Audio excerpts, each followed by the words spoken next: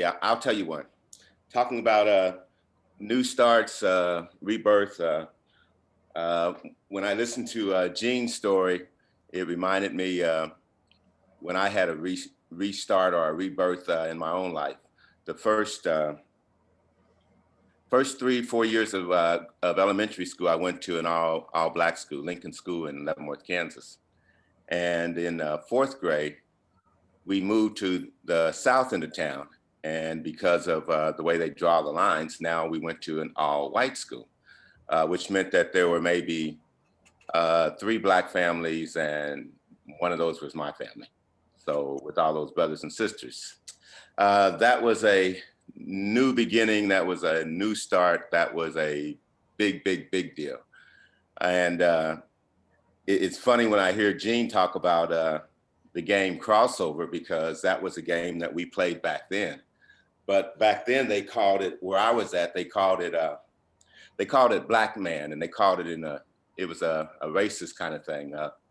And up until I heard Gene tell the story, that's the only way that I knew that that game was played. And I always thought that I was just extra special at it because I was a little small guy, and I had to run away from all those white kids who were trying to tackle me and knock me down. So it's really good to know that sometimes the way that we see things and the way that we think things are, it's not necessarily true. And I always say that if you change the way you look at things, the things you look at change. And I want to tell you about a story where I think people changed the way they looked at things. Some of you may have been lucky enough to read it. I know Peggy follows me on Facebook, and it's one that I mentioned on Facebook.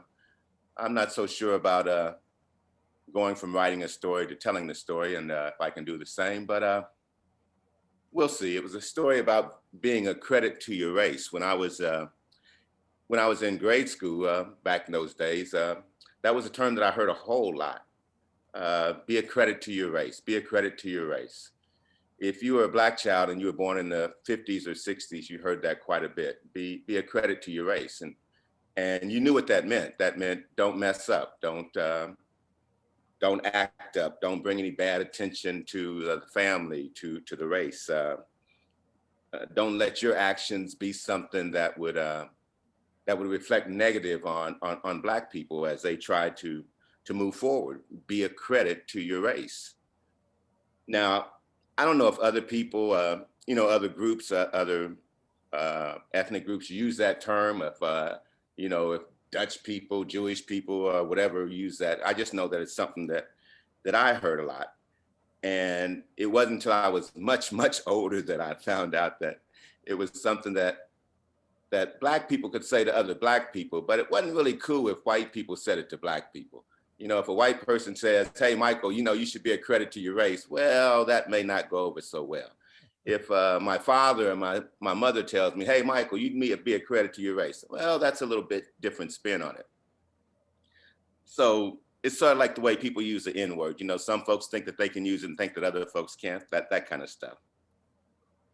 Now, I don't know where that phrase originally came from, being a credit to your race. I don't know if my grandparents had to deal with it, if my parents had to deal with it. I kind of envisioned that somewhere along the line when Black people were coming out of slavery, when trying to be better and trying to be accepted by the majority race, that it was just something that people always would be saying, be a credit to your race, don't mess up. Could have been a phrase that Booker T. Washington, used at Tuskegee Institute when he was, starting his school for Black students. It could have been something that W.B. Du Bois used when he was talking about the talented 10th and how 1 out of every 10 Black persons was going to be extra smart and should go to study and then bring that knowledge back to the community. It could have come from all kinds of ways that people reacted to Jim Crow and the separate but equal, where people had to have separate accommodations, but still wanted theirs to be just as good. Wherever it came from, it was just something that I heard a whole lot of. Now, I knew what they meant, because if you were a credit to your race, then you were one of those people who showed up in the Jet magazine or the Ebony magazine, or you were one of those people that got on TV and we all rushed into the house to see you because that was a Black person that was a credit to the race. We could tell what those folks were. But as I got older, You know, that whole thing about being a credit to your race, it just it kind of shifted for me. One, because I began to look at races a lot differently. And then two, um, I just think that there's no monolithic type of person and everybody is different. So there's no one kind of black person, one kind of white person or whatever. And it's kind of hard to judge who's a good credit and who's not a good credit. That just didn't really sit with me. You know, the first thing is that whole idea about race, black race and white race and yellow race and red race and green race and all that kind of stuff.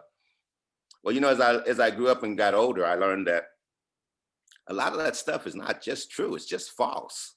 It really was just made up by some folks. And if you go back to the 1600s or 1700s, then what you would discover is that people made up those terms that we now end up having to live by. In 1619, that's when they brought the first group of Africans to Jamestown. Jamestown had been going on for a little while, and Portuguese had captured some Africans and brought them to Jamestown and sold them to be the first 20 people that would be called slaves in Jamestown. Up until then, they had mostly what you would call indentured servants. A lot of people don't know it, but 75% of all the people that came to America from England, from Europe, were indentured servants.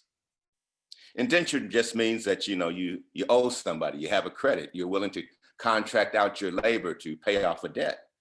And what the people would be doing would be to escape plagues or to escape religious persecution or to just get a new start in life. They would catch a ride to America on one of those ships, and that would cost a lot of money, and they would indenture themselves to pay off that debt. And that's how we started off having a lot of indentured servants.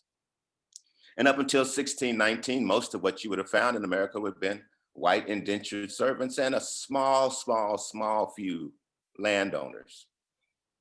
But with this group of new guys, now you had enslaved people as well as indentured people working in America, working in Jamestown. And over time, over a course of say 50 years or so, we had a mix of black indentured people, white indentured people, enslaved people. And we got to a point where they say things changed. Some people say that it was the turning point, but it was really known as the first revolution in America. I don't know if you guys have ever heard of him, but there was a guy named William Berkeley, who was the governor of Virginia, and another man named Nathan Bacon, who was a rich landowner. Now they were relatives, but they really didn't get along. They had the colony should grow and just how things should be handled in the colony. See, when Jamestown first got started, well, they relied a lot on the Native Americans because they didn't know a lot about how to plant food, and they needed the Native Americans just to survive. But after a generation or so, 20 years or so that went by, they didn't quite need them as much. And as Jamestown has grown, the settlers had moved out to the outskirts and were beginning to take on even more land. And that was causing problems with the Native Americans, and different tribes would have raids. And well, it had gotten to the point where retaliation against the Native Americans. So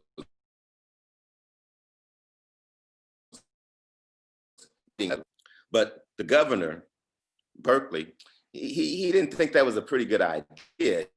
If we start fighting with the Indians, now all of them will gang up together, and that won't be too wise for us because now we'll have to fight all of them.